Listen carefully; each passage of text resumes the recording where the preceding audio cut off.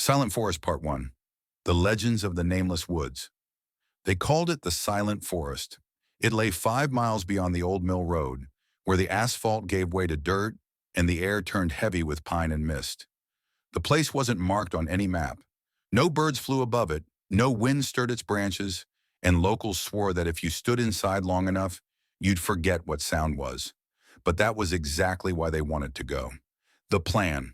There were four of them. Ethan, the one with the camera and the endless need for proof.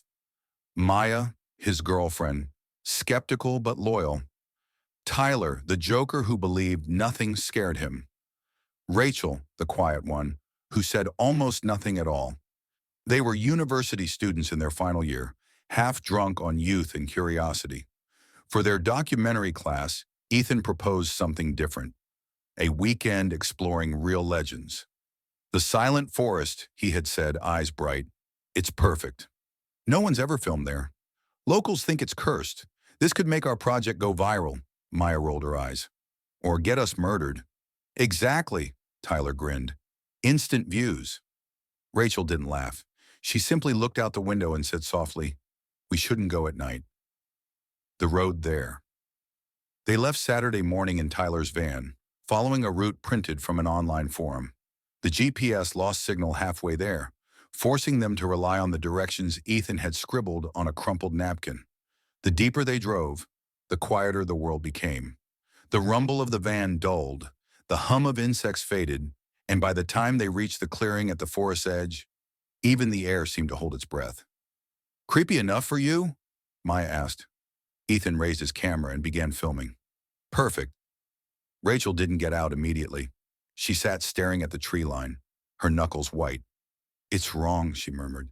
"Everything's still." Tyler smirked. "That's why they call it silent, Rach." But when they all finally stepped out, even Tyler stopped smiling. The forest swallowed sound. Their footsteps barely made a crunch. The wind didn't move the leaves. The silence was so complete it pressed against their eardrums, making them dizzy. The first sign. They followed an old trail into the woods, marked by rotting wooden signs and faint symbols carved into tree trunks. Spirals, crosses, and something that looked like an open eye. "Probably from hikers," Ethan said, "or hunters." Rachel ran her fingers over one of the carvings. The wood was warm, though the air was cold. "No," she whispered. "Older." They hiked for hours, deeper than planned, until they reached a small stream that ran black under the trees. Ethan suggested they camp there. Maya hesitated but helped unpack the tents. By sunset, the forest grew darker than seemed natural. No birds called, no insects hummed, only the quiet, thick and absolute. When Ethan played back his footage that night by the fire, they heard something impossible. Faint voices whispering beneath their laughter. "Did you edit that in?" Tyler asked. Ethan frowned. "It's raw footage." They listened closer. The whispers formed a pattern, soft, rhythmic, almost like breathing words. "Go back, go back, go back." The story. Rachel told none of them slept easily. Around midnight, Maya asked Rachel what she knew about the place. Rachel hesitated, her eyes reflecting the dying embers. "My grandmother was from a village near here," she said finally. "They used to tell stories about these woods. They said once, long ago, there was a monastery here. The monks worshipped something they called the listener, a spirit that devoured sound to feed on silence." Tyler chuckled nervously. "You're kidding." Rachel didn't smile. When the villagers stopped hearing the church bells, they came to investigate. They found the monastery empty, just robes and bones. After that, no one entered again. They said the forest took the silence with it. Maya shivered. "And people still live nearby?" "Not anymore," Rachel whispered. "The last house was abandoned 50 years ago. My grandmother said the silence spreads. Every generation, it grows deeper." No one spoke after that. The fire hissed softly, the only sound in miles. The footsteps around 2 a.m. Ethan woke to movement outside his tent. He thought it was Tyler, but when he whispered his friend's name, no answer came. He unzipped the tent halfway and peered out. The campfire had died, and the forest was lit only by the pale light of the moon. That's when he saw the footprints, fresh ones, circling their camp. Dozens of them, barefoot. He shook Maya awake, but when she stepped out, the prints were gone. The soil was smooth again. Bad dream, she said, but Ethan couldn't shake the image. The small, narrow feet, all facing inward, toward their tents. Morning. By morning, Rachel was gone. Her sleeping bag was empty, her backpack missing. The others searched frantically, calling her name until their throats hurt. But their voices vanished into the trees, swallowed instantly. Ethan filmed everything, desperate to document proof in case they needed help. "We have to leave," Maya insisted.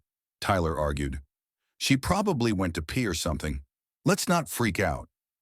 But Rachel's tracks led away from camp in a perfectly straight line, no hesitation, no turns, until they stopped at the stream.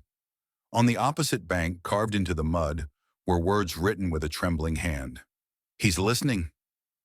The sound they packed quickly, but when they turned to leave, the trail was gone.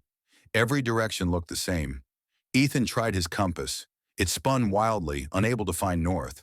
Then came the sound, a faint humming, low and constant, vibrating in their bones. At first it seemed like wind, but the trees weren't moving. Tyler covered his ears. "It's in my head," he shouted, but no voice came out. His mouth moved, but there was no sound. Maya screamed. At least her face said she did, but Ethan heard nothing. The humming grew louder, and then, as suddenly as it began, it stopped. When sound returned, Tyler was gone. Only his backpack remained, lying open, the camera light still blinking. The footage. Ethan picked up the camera with shaking hands. The last clip showed Tyler standing alone near the stream, talking to someone unseen. His voice was faint, as if far away. Then he turned to the camera, his eyes wide, whispering something Ethan could barely make out. "Don't answer it." The video cut to static. Maya grabbed Ethan's arm. "We're leaving." Now they ran without direction, branches slashing their faces, mist thickening until it felt like running through smoke. When they finally stopped, gasping, Ethan realized the forest around them looked identical to the clearing they'd left. The same stream, the same rocks, the same trees. But the tents were gone.